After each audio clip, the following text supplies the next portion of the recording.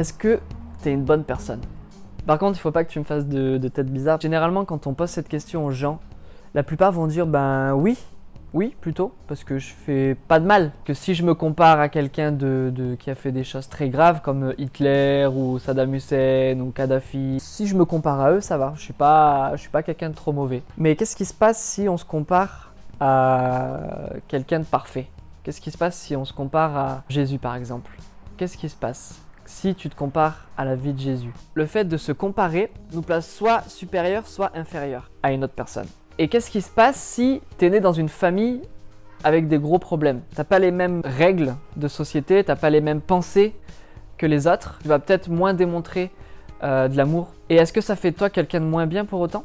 Le fait d'avoir été toujours dans une bonne famille avec tout ce qu'il te fallait t'a permis d'être plus équilibré à l'intérieur de toi, fait que tu es quelqu'un de meilleur. Si on creuse un petit peu la chose, c'est compliqué quoi. Durant ma vie, en fait, j'ai fait beaucoup de bêtises, j'ai fait beaucoup de conneries. Et je me considérais comme pas quelqu'un de forcément bien.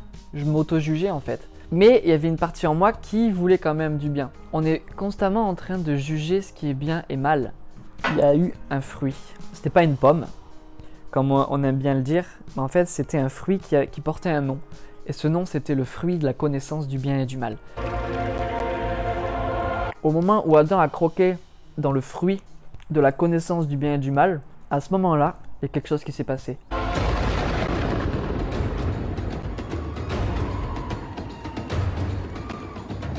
C'est que l'homme s'est nourri de cette connaissance du bien et du mal. C'est-à-dire qu'à ce moment-là, il a eu la capacité de juger ce qui est bien et mal. Mais le problème, c'est que l'homme est tellement limité dans son humanité.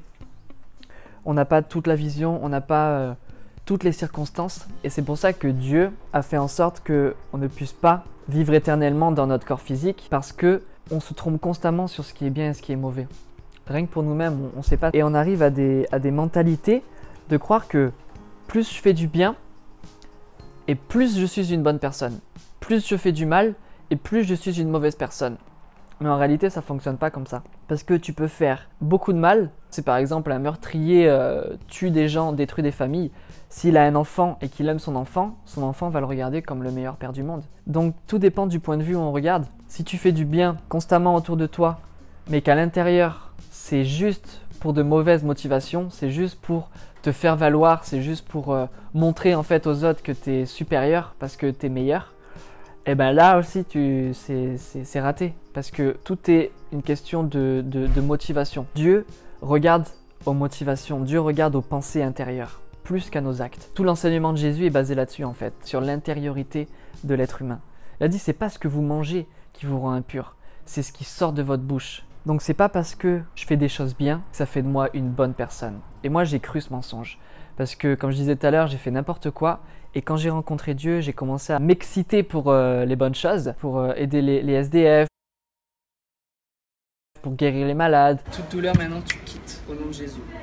On m'a dit que oui, bah, j'ai senti chaud en fait. Et tu as mal? Plus mal là? Non, non, j'ai rien là. Ouvre-toi. Je vois comme de la lumière.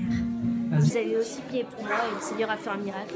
Et en fait, je rentrais dans ce schéma de croire que plus je faisais du bien et plus j'étais une bonne personne. Et là, je suis tombé dans un piège. Dans un piège qui aurait pu me faire très mal parce que du coup, je deviens mon propre sauveur. Dans le sens que mes actions vont faire que je deviens quelqu'un de bien. Alors qu'en réalité, quand on fait une bêtise, on mérite une punition. Et on ne peut pas rembourser notre bêtise en faisant des bonnes choses. C'est une question de justice. La seule chose qui te rend juste, c'est la foi en Jésus-Christ.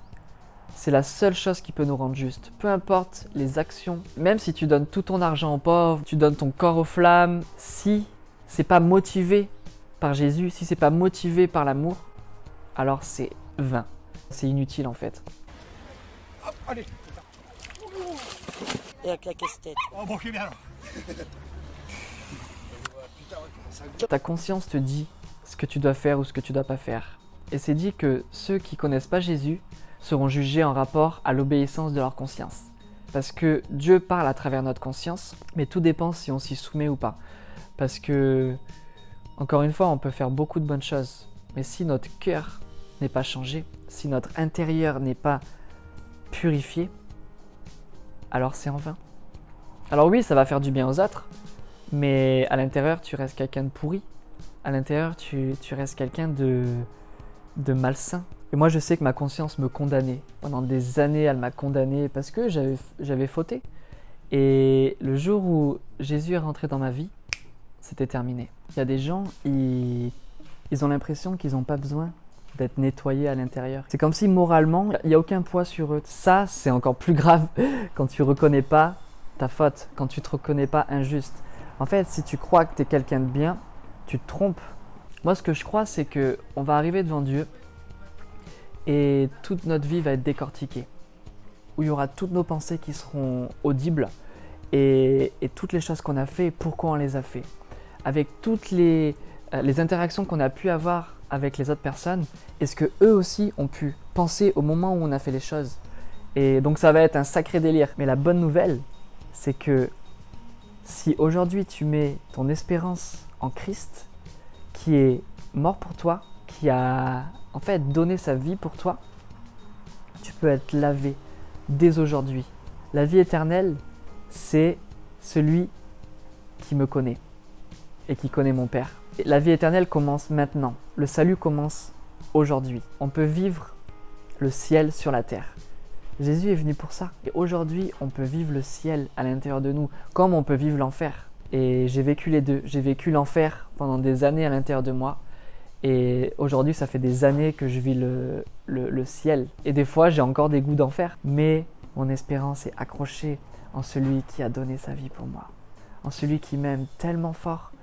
Et aujourd'hui, il m'anime. Aujourd'hui, il me restaure, il me transforme de l'intérieur. Je veux juste être un canal de sa présence. Et faire ce que lui veut. Plus faire ce que moi je veux, mais ce que lui veut. Ça enlève une telle pression. Ta conscience peut te laisser tranquille. Je peux te l'assurer, je peux te le promettre. Il est tellement bon. Il est tellement bon. Tu sais, Jésus ne va pas t'attirer à lui par la force. Il ne va pas t'attirer à lui par la violence. Il va t'attirer à lui par l'amour, par la grâce. Il va t'attirer à lui par la compassion. Tu sais, il veut te séduire. Il veut séduire ton cœur. Il veut pas que tu viennes à lui par peur. Il veut que tu viennes à lui par amour. Et il n'y a que l'amour qui nous libère de la peur. Soyez bénis. Ciao!